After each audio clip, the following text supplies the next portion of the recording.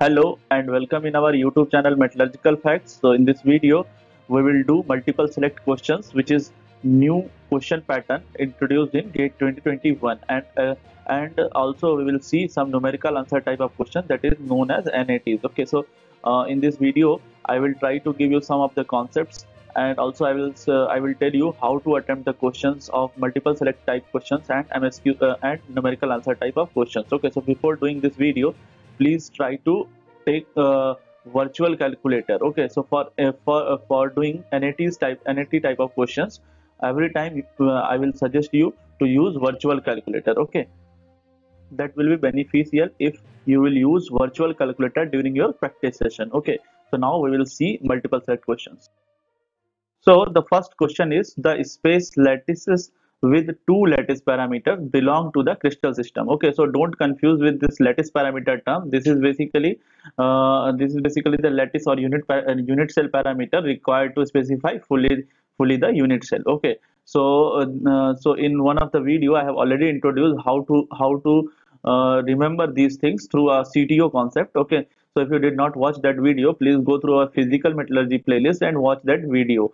That is very important trick for this type of questions. Okay, so I will use that trick here, and you will also see that how to use that trick here. Okay, so whenever you will get this type of MSQs, okay, so this is basically MSQ type of question. So whenever you will get this type of questions in exam, so first try to eliminate the options. Okay, so if you will cross the options, so you will be reaching the correct answers. Okay, so I will eliminate the wrong answers here. Okay, just by verifying our concepts. Okay, so what was the concept I have introduced? So that is the CTO. First term is CTO. So in this cubic, tetragonal and orthorhombic, so in these options they have given this tetragonal option. Okay, so A is equals to B is equals to C for everyone.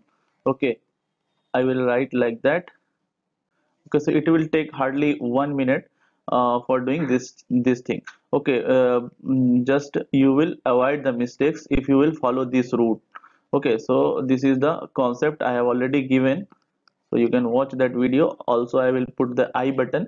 Okay, so what is the concept? C, that will be similar as written. After that, tetragonal, in case of tetragonal we will cross 1, and orthorhombic we will cross 2. Okay, so for tetragonal, how many parameters we required? We required A and this C. Okay, so A and C is required, so this is two parameters. This angle is alpha is equals to beta is equals to 90. So 90 is defined angle, so that's why we will not take it into consider for lattice parameters. So number of lattice parameters. So this tetragonal required two lattice parameters. Okay, so what is now this rhombohedral? So what is the concept? CTO Rome may have hex. This is hexagonal. Okay, and this is rhombohedral. You can write like that. Okay, mono and tri. Okay, so triclinic is different from everything. Okay, so alpha is equals to beta is equals to gamma is equals to 90, and you can cross like that. Okay, you can cross like that. So lattice parameter required for this for defining this triclinic is 6. 3 plus 3. Okay, so this 6. So this triclinic required 6 lattice parameter to define. Okay, so what about this rhombohedral? I will write like that: A is equals to B is equals to C, A is equals to B is equals to C, A equals to B equals to C. And what about the angle? Alpha is equals to beta is equals to gamma does not equals to 90. Okay, so here in rhombohedral case we will write like that. Okay, so this is rhombohedral, so we required here one A and here one alpha, or you can say gamma, or any angle. Okay, so here also we required two angles. Okay, two lattice parameters. Means in rhombohedral case we required two. Okay, so for hexagonal, alpha is equals to beta is equals to 90, so this is defined angle, and gamma angle is 120. Okay, so this there will be no requirement of this angle in volume calculation also. Okay, so A is equals to B, so I will cross like that. A and C is required in hexagonal case. Okay, so here we will require two lattice parameters. So this is how we can see that this A, B and C option is correct for this question, and this D is wrong. Okay, so if you know this concept, you can easily eliminate your options and you can cross verify your options. Okay, so that's why I will say you that please use this concept as much as you can. Okay, so one question is expected from this crystal system part, okay, in MSQs. So please try to practice of these type of questions, although this is very easy question, but this is enough for making your mistakes, okay, in exam pressure. Okay, so A, B and C is correct answer. So the next question is, a plate of thickness H 120 mm is cold rolled. Okay, so I will write like that, 120 mm H is given, is cold rolled in mill with the roll diameter, that is diameter D is equals to 200. This is roll diameter 200 mm. Okay, so for the calculation we can use radius.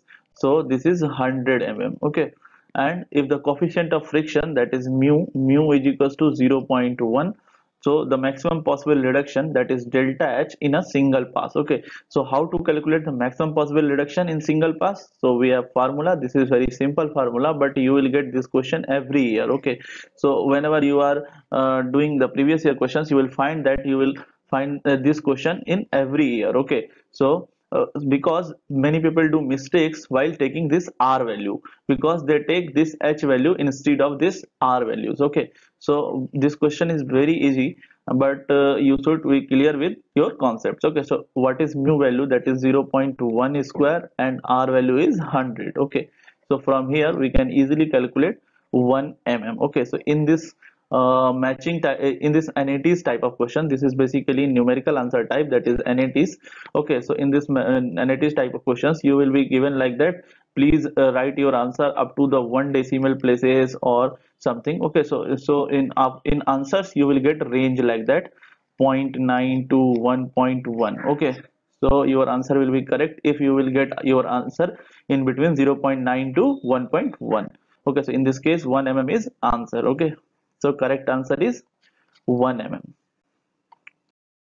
So the next question is, transformer cores are normally made from. Okay, of course this question is MSQ type of question, because in this video we are doing only MSQs and NAT type of questions. Okay, so in GATE exam, whenever they will ask MSQs question, they will clear that this is MSQ type of questions, because the marks allotted for this question will be 1 or 2 marks, but you will not be given negative marks for wrong answers. Okay, in this MSQs type of questions. Okay, so be careful while doing MSQs. So the question is, transformer cores are normally made from the four options: soft ferrites, grain oriented Fe silicon alloy, C part is high purity iron, and D part is alnico alloy, that is aluminum, nickel and cobalt alloys. So what is this transformer cores? Transformer cores basically made from which type of alloys or metals which can provide the maximum resistivity. Okay, so for providing maximum resistivity, we can use different type of alloys and metals. Okay, and by providing this maximum resistivity, they can minimize the losses of eddy current. Okay, so eddy current loss is main issue with transformer cores. So eddy current losses can be minimized by using this type of material which is having maximum resistivity. Okay, so what are the examples of those materials? I will tell you here in this question. Okay, so the first thing is that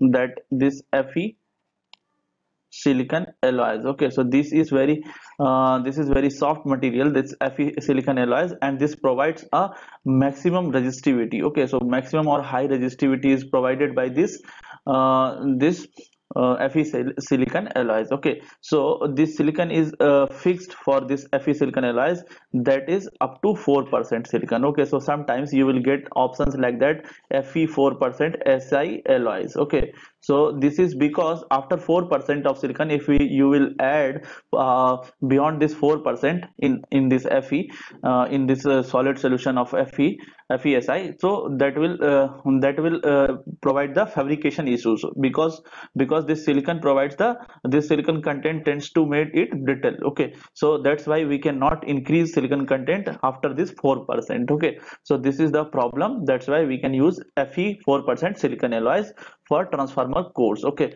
so here in this question they have given grain oriented Fe silicon alloy. Oh, okay, so this is correct. Also the option may be in the form of FeSi, Fe 4% Si alloys. Okay, so this will also be correct. Okay, so the next thing is next example for this transformer course, we can use soft ferrite. Okay, soft ferrites means we can use the soft ferrites also for the transformer course, because they also provide the resistivity, and they can also minimize the eddy current losses. Okay, so soft ferrites is right in this case. High purity iron is not a correct option for this question, because this cannot provide the maximum resistivity or higher resistivity as Fe silicon alloys can provide. Okay, so this is not correct in this case, and Alnico alloys is also not used in this case. Okay, so what is the right answer for this question? You can say A and B part is correct. I have told you what is the reason behind using this grain oriented Fe silicon alloy or Fe 4% Si alloys and this soft ferrites. Okay, so this is the correct answer. Also along with these ferrites also we use garnets. Okay, so in one of the video I have told you about the yttrium iron garnet. Okay, so why Ig is also used for this type of transformer cores in PV transformers. So the correct answer is A and B for this question. So the next question is, for a cell reaction is, I am writing here Zn plus Cu double plus is equals to Cu plus Zn plus 2. Okay, so the Gibbs free energy change is found to be minus 50740 calorie gram per mole. Calculate the EMF generated by the cell. Okay, so what is the relation between this EMF generated by the cell and Gibbs free energy? The relation is delta G is equals to minus NFE. Okay, so whenever this value is negative, this delta G, this E value will be positive, and that will show the spontaneous reaction. Okay, so this delta G is equals to minus NFE. What are these terms? N is equals to basically gram equivalents. Okay, so this gram equivalent, how we can find? By these valencies. Okay, so this N value is here is 2, because this copper and zinc both are divalent metal. Okay, and this F is Faraday's constant, that is 96500 coulombs. Okay, so this is the constant value, and this E is electrode potential or EMF generated by the cell. Okay, so here in this question they have given this delta G is equals to minus 50740 calorie gram per mole. Okay, so in this question, whenever you are doing this question, please try to remember, try to remember these things, the unit thing. Okay, so this delta G is this delta G will be in joules every time if you are using the Faraday constant 96500 coulombs in coulombs units. Okay, so here this is in calories, so we will change this in joule, that is 50740 multiplied by 4.18, so that will be changed into joule gram per moles. Okay, so this is easy thing you can do, and you can remember. If you don't want to change this joule calorie value in joule, so please try to remember this F value whenever this delta G will be given in calories. That will be something 23500 something. Okay, so you can cross check this in from any book, from any standard book. Okay, so this is easy for you if you will change this delta G into joules. Okay, so this F value is constant, so you will take this value every time this like this, so you won't do the silly mistakes. Okay, so this delta G, from here we can calculate this delta G. So this delta G will be equals to minus 212296.100. Okay, so now we have this delta G, we have this N, this is this F, so we can calculate this E. This is basically EMF generated by the cell. So now we will put the all the values here in equation first.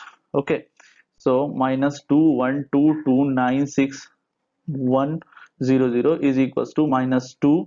F value is 96500 multiplied by this E. Okay, so from here we can get this E value like that. E is equals to 1.09 in volts. Okay, so this unit is very important in this type of questions. Unit is very important, and this n value is also, finding this n value is also typical.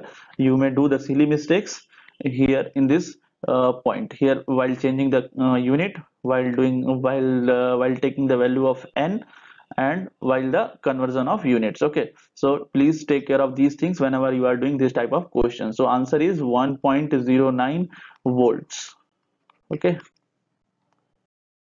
so the next question is the reduction of FeO with CO gas in a co-current flow is given by the following equation, that is FeOCO is equals to Fe plus CO2. This delta G is given, that is 8120 joule at 1173 Kelvin. The ratio of PCO2 to PCO2 for this reaction at 1173.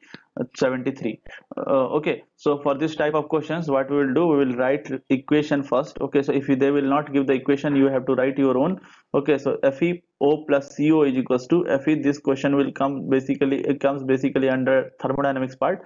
Also, this is a mixture of extractive metallurgy and thermodynamics also. Okay, so FeO plus CO is equals to Fe plus CO2. So the delta G value is given, that is 8120 joule at temperature 1173 Kelvin. Okay, so for this question, you have to find PCO by PCO2. Okay, so suppose if you will find the equilibrium constant of this equation, so how we can find? So activity of this Fe multiplied by PCO2 by activity of FeO by PCO. Okay, so this activity will be equals to 1 because this is in solid form or in equation. Okay, and we will take consider into only the gaseous form. Okay, so for equilibrium, for finding the equilibrium constant, so this K value will be PCO2 by PCO. Okay, so what is the relation between this K and this delta G? So in previous question I have told you the relation between this delta G and EMF, but here I will tell you the relation between this delta G, that is gives free energy, and the relation between the equilibrium constant. Okay, so what is the relation is here I am writing, this delta G is equals to, this delta G naught is equals to minus of RT ln K. Okay, so now what we will do, we know this delta G value, we know this R, this is gas constant, that is 8.314, and also we know this temperature, and we know K value, that is PCO2 by PCO. So the delta G value is 8120 joule is equals to minus 8.31 multiplied by temperature, that is 1173. This is already in Kelvin. If this will, they will give in the degree centigrade, so you will change this degree centigrade by adding 273 Kelvin. Okay, so that will be equals to 1173 ln of PCO2 by PCO. Okay, so from here we can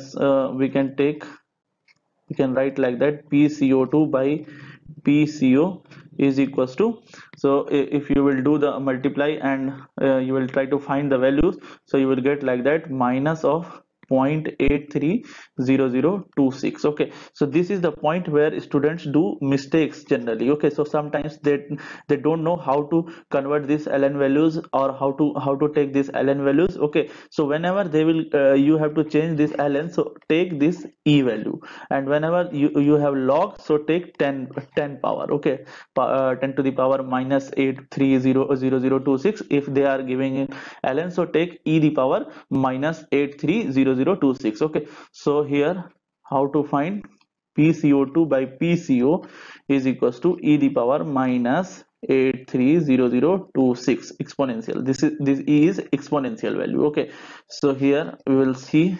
Okay, so PCO2 by PCO, you will get like that, minus not minus, that will be not in minus, that is 0.43 0.430. Okay, so if you have ratio PCO2 by PCO, but in this question they are asking the ratio of PCO by PCO2. Okay, so what we will do, we will simply reverse this value. Okay, so how we can do this reverse, that is PCO by PCO2 is equals to 1 by 0.4360. so you will get answer here. Okay, so answer will be equals to 2.29. Okay, so for this question answer is 2.29. This is how we can calculate the values. Okay, so you can also change this here you can also make a change if you will reverse this value will be in positive. Okay, so just for avoiding the mistakes I am doing like that. Okay, so I will find these things, and then after that I will reverse the values. Okay, so that we can find the values. Okay, so 2.29 is the answer. Thank you guys for your attention. Hope you have learned something new in this video. So we will try to add few more parts of this type of videos which includes the NATs type of questions and MSQs type of questions. Thank you.